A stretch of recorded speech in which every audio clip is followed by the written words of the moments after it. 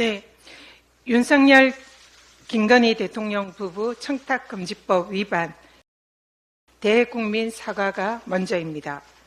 김건희 여사의 명품백 수수 사건의 본질은 윤석열 대통령의 청탁금지법 위반, 사실상 대통령의 범죄입니다. 이해를 돕기 위해서 청탁금지법 관련 법령을 읽어드리겠습니다.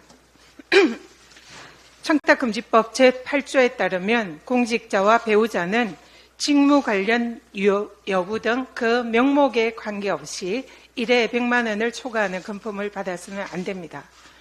두 번째, 공직자는 제9조에 따르면 자신의 배우자가 수수금지 금품을 받은 사실을 알게 된 경우 지체 없이 서면으로 신고하고 제공자에게 또 지체 없이 반환해야 합니다.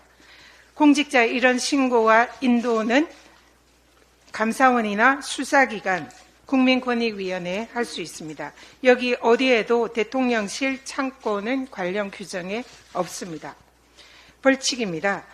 공직자가 배우자가 금품을 받은 사실을 알고도 그 사실을 신고하지 않으면 그 공직자는 3년 이하의 징역 또는 3천만 원 이하의 벌금에 처합니다. 이 사안은 굉장히 간단하고 명쾌한 내용입니다. 그래서 통상적으로 이런 사실은 검찰에서 약식 명령에 의해서 대부분 처리되는 그런 매우 심플한 간단한 사안이라는 거 말씀드립니다. 그런데 대통령께서 국민들에게 자인한 바와 같이 최재형 목사에게 박절하지 못했던 김건희 여사가 명품백을 수수한 것을 인정했습니다. 그리고 그런 아내에게 박절하지 못했던 공직자인 대통령은 그 사실을 알고도 청탁금지법의 규정을 어기고 이를 신고도 하지 않고 반환도 하지 않았기 때문에 이는 청탁금지법 규정상 명백한 윤석열 대통령의 청탁금지법 위반입니다.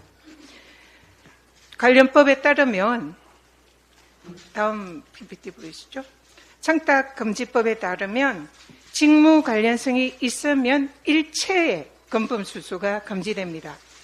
그리고 직무 관련성이 없더라도 1회 100만 원, 연 300만 원 이상 초과시는 공직자가 그를 즉각적으로 신고나 반환하지 않는다면 무조건 3년 이하의 징역이나 벌금 3천만 원 이하의 벌금형이 성립합니다. 손바닥으로 하늘을 가릴 수는 없습니다. 맡은 바 소임을 다해서 진실을 밝히려 했던 강직한 권익위 공직자가 희생이 되었습니다. 너무나 애달고 가슴이 찢어집니다. 대통령의 측근으로 포진된 국민권익위원회나 검찰이 아무리 청탁금지법 규정을 외면하고 대통령 부부에게 면죄부를 주려고 하더라도 권익위의 김상현 국장, 해병대 박정훈 대령 같은 정권의 불의에 저항하고 정의를 지키려는 제2, 제3의 강직하고 의로운 공무원이 계속 나올 것입니다. 공직자인 대통령의 배우자의 법령상 금지된 고가의 명품백 수수, 이제는 윤석열 대통령과 김건희 여사가 먼저 국민들에게 공개 사과하시기 바랍니다. 국민의힘도 명심하기 바랍니다.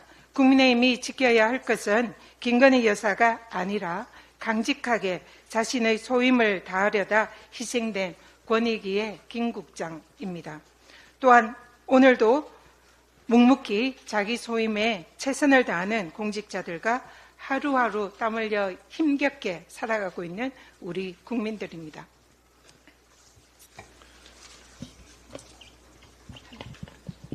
한동훈 대표가 당대표로 취임한 지 한 달이 지났습니다. 당대표가 되면 제3자가 공정하게 추진하는 최혜병 특검법을 발의하겠다고 했던 약속을 도대체 언제쯤 지킬지 궁금합니다.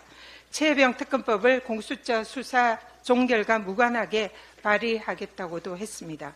그런데 최근에는 민주당이 한동훈이 주장하는 제3자 특검을 수용하겠다고 하자 이제는 특검법 수사 대상에 제보 공작 의혹도 포함시켜야 한다라며 자꾸 조건을 달며 오락가락합니다. 한동훈 대표가 선거에서 당대표가 되기 위한 아무 말 대잔치에 최혜병 특검법을 이용한 것이 아니라면 더 이상 구차한 조건 달지 말고 진정성 있게 민주당과 최혜병 특검 논의에 응하십시오. 그리고 여야 대표회담과 관련해서 국민의힘 내부에서 특검법 동의를 얻어낼 자신도 없고 대통령의 특검법 거부에 대해서도 아무런 반대 목소리도 못 내는 한동훈 대표가 자신이 사실상 여야 대표회담 성과를 낼 수 있는 아무런 권한도 없는 무력한 대표라는 것을 감추기 위해서 대국민 보여주기식 쇼에만 집중하는 것이 아닌지 의구심이 듭니다. 집권 여당다운 사안 해결식에 여야 대표에서의 진정성을 다시 한번 강력히 요청드립니다.